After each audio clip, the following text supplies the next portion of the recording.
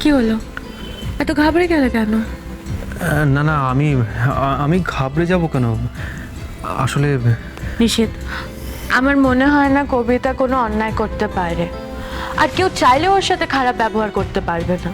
তাহলে শশী, আসলে আমি মেজাজ গরম করে, ওর কোনো দোষ নেই, দোষটা আমারই। না গো দিদি, দোষটা আমার, একান্তভাবেই আমার। আর কেউ অন্যায় করলে তো তাকে বকা খেতেই হয়, তাই না? আচ্ছা ঠিক আছে, এবার শুনি অন্যায়টা কি। আমি আমি তোমাদের ঘরে গেছিলাম দিদি, আর তার জন্যই উনি।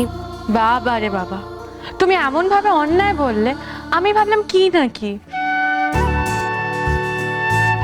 চুরি না ডাকাতি হয়েছে। এই ব্যাপার, আমার ঘরে যাওয়া তো গেছে, তো কি হয়েছে? তো বকা দেওয়ার কি আছে?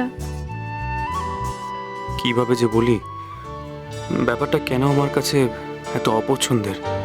আচ্ছা, আমি এতক্ষণে সব বুঝেছি।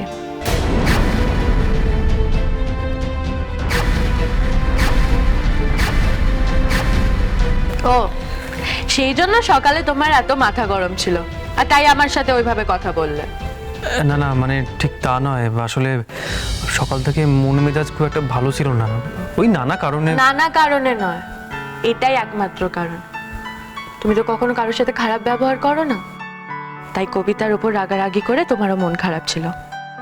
কিন্তু নিশিত, তোমার কবিতাকে সরি বলা উচিত।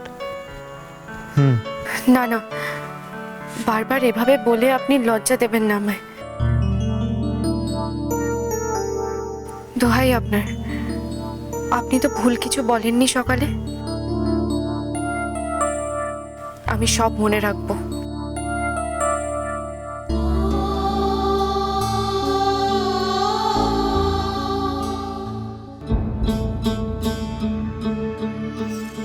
কি হলো? আমি কিছুতেই বুঝতে পারছি না তোমার ওকে নিয়ে প্রবলেমটা কি। তুমি যেন ওকে কিছুতেই সহ্য করতে পারো না, কেন? না না, তা না। হ্যাঁ নিশিত, তাই। তুমি মনে করে দেখো, সেই প্রথম দিন থেকে তোমার ওকে নিয়ে সমস্যা হচ্ছে। মারও ওকে নিয়ে সমস্যা হচ্ছিল, কিন্তু মা তো এখন অনেকটাই ওকে মেনে নিয়েছেন, কিন্তু তুমি কিছুতেই মানতে চাইছো না। কি করে তোমায় সব বোঝাই উশসী? কি করে? তোমার মতো একজন সরল মানুষকে আমি এইভাবে দিনের পর দিন ঠকাচ্ছি কিনা জানি না, কিন্তু সত্যি যে মানতে পারি না, তা তো কিছুতেই বলা যাবে না তোমায়। নিশিত, আমাদের সবসময় ওর সাথে ভালো ব্যবহার করা উচিত, তাহলেই তো ওর মন ভালো থাকবে। আর ওর মন যত ভালো থাকবে, আমাদের বেবিও তো তত ভালো থাকবে। আমি জানি শশী, আর তাই আমি ওর জন্য ভালো ফলমূল, আরও ভালো ভালো খাবার, যা ডাক্তার আনতে বলেছিল, সবটাই এনে রেখেছি। তুমি ওকে সময় করে একটু খেয়ে নিতে বলো। হ্যাঁ বলবো, কিন্তু আমি যখন থাকবো না, তুমি ওকে একটু দেখো। আমি তো বারবার ওকে ফোন করে মনে করাতে পারবো না, আর মাও সবটা বুঝবেন না। তুমি একটু নজরে রেখো প্লিজ।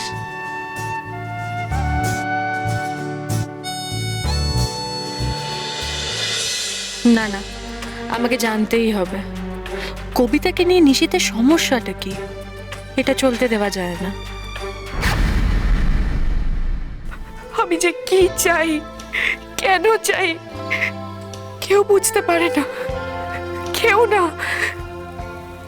এমনকি এমনকি আমি নিজেও বুঝতে পারছি না। কিন্তু আমি তো কারোর ক্ষতি চাই না। তাও কেন, কেন সবাই আমাকে এরকম করে? আমি কি করে আমার আমার মন ভালো করে থাকবো? এভাবে কষ্ট দিলে কি কেউ ভালো থাকতে পারে? কি করে ভালো থাকবো? আর ওকেই বা কি করে ভালো রাখবো?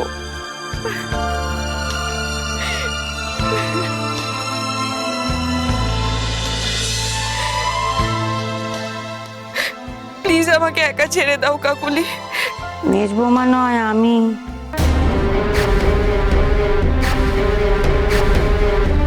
ভর সন্ধেবেলা পোয়াতে মেয়ে মানুষদের কাঁদতে নেই। সন্তানের অকল্যাণ হয়, সংসারের অমঙ্গল হয়।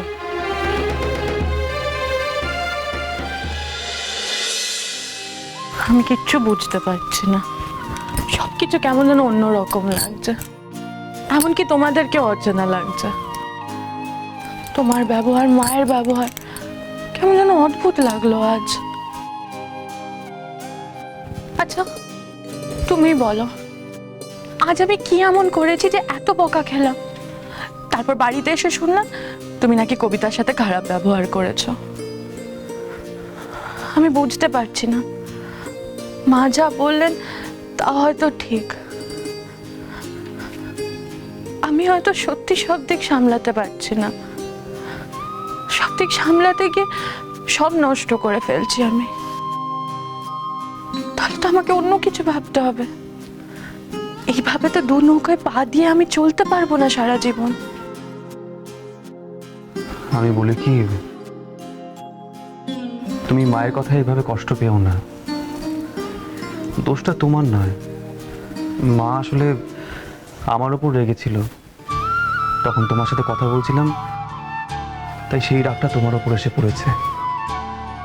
আর তুমি তো মাকে জানোই, মা রেগে গেলে যতক্ষণ না বলতে পারছে ততক্ষণ মায়ের মাথা ঠান্ডা হয় না। সে তো মাকে আমি চিনি, কিন্তু কি এমন হলো যে মা এত রেগে গেলেন তোমার উপর? রাগ তো আমার হবে, এমনিতে আমার মাটির মানুষ, বড় ছেলের উপরে আমি বিশেষ রাগই না। কিন্তু আজ আমার রাগ হয়েছে। আর বড় ছেলে কিনা ওভাবে চেঁচামেচি করলো তোমার উপরে। ছি, তোমার উপরে চেঁচামেচি করেছে বলে আমি নিশিতকে বকে দিয়েছি। আমি বলেছি যে ওভাবে চেঁচামেচি করার উচিত হয় না। তবে একটা দিক দেখতে গেলে তোমারও অন্যায় আছে না, সেটা তো অস্বীকার করার কোনো উপায় নেই, তাই না? অন্যায়? আমার অন্যায় তো একটা নয়, আমার অন্যায় অনেক, একের পর এক। হয়তো গুণে শেষ করা যাবে না। আসলে আসলে আমার সবটাই তো অন্যায়। সেই 5 বছর আগে শুরু হয়েছে, এখনো চলছে। পুরনো কথা কে তুলেছে? সব তাতে পুরনো কথা তোলো কেন? এসব তো মোটে ভালো না তোমার। সেই জন্যই তো আপনারা কেউ আমাকে পছন্দ করেন না, না আপনি না আপনার বড় ছেলে। না হলে বিছানার চাদর পাল্টেছি বলে এইভাবে কেউ বলে? এতটা অপমান! মেয়েটা চাদর বদলেছে বলে তুমি এত রাগারাগি করেছো? চাদরটা তুলে ফেলেই দিয়েছো? আচ্ছা নিশিত, এটা যদি ডায়না বা কাকুলি করতো, তুমি এভাবে রিয়াক্ট করতে? করতে ওদের অপমান? শশী, তুমি ব্যাপারটা বুঝতে পারছো না। আমি স্নান করে ঘরে ঢুকেছি, তখন বুঝতে পেরেছি অস্বস্তি হচ্ছিল, তুমি সরি বলে বেরিয়ে যেতে। এত রাগারাগি করার কি আছে? আমি সত্যিই বুঝতে পারছি না তুমি এত অবুঝ হলে কি করে। শশী, এবার তুমি তো সত্যি পুলিশি জেরা শুরু করলে। আচ্ছা ঠিক আছে, হয়ে গেছে তো। আমি তো সন্ধ্যেবেলা ওর কাছে ক্ষমা চেয়ে নিয়েছি, আর কি করতে হবে বলো? এবার কি তুমি আমায় জেলে ধরে নিয়ে যাবে? তাহলে কি তুমি শান্তি পাবে? তাহলে তাই চলো। কি হয়েছে তোমার? আমার আমার আবার কি হবে? হয়েছে তো তোমার। আমার কিছু কি করছো?